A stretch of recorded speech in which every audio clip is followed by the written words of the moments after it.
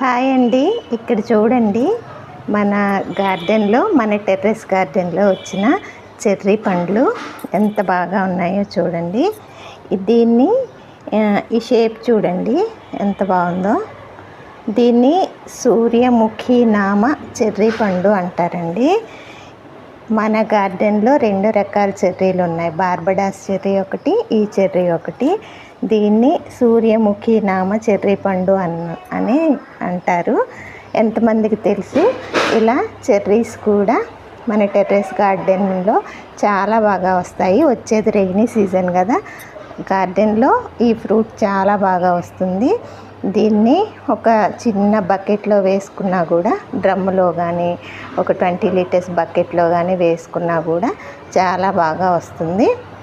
లైట్గా ప్రూనింగ్ చేసుకుంటూ ఉంటే, ఎప్పటికప్పుడు వాటరింగ్ అది కరెక్ట్గా ఇస్తూ ఉంటే బాగా వస్తాయి. ట్రై చేయండి ఒకసారి. అంటే ఇలాంటి ఫ్రూట్ వెరైటీస్కి మనం వాటర్ ఒక్కటే కాదండి, కొంచెం పోషకాలు కూడా ఇస్తూ ఉండాలి. అంటే అదే కొంచెం ఎగ్ ద్రావణం కానీ, దీనికి ఇట్లాగా ఫ్రూటింగ్ వచ్చేటప్పుడు కాల్షియం అది అవసరం ఉంటుంది. బనానా వాటర్ కానీ అట్లా ఇస్తూ ఉంటే మంచిగా వస్తాయి అన్నమాట.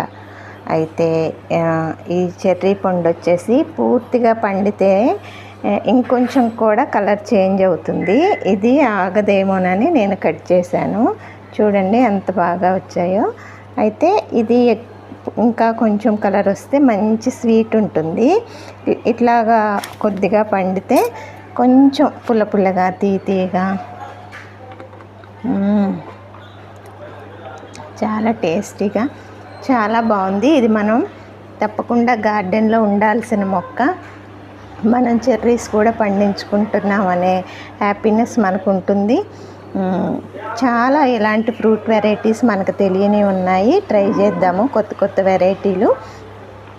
మీరు కూడా వీలైతే ఎక్కడైనా మీ దగ్గరలో నర్సరీస్లో ఉంటే తప్పకుండా ఇలాంటివి ప్రయత్నించండి. హ్యాపీగా గార్డెనింగ్ చేయండి, హెల్తీగా ఉండండి. బాయ్ అండి.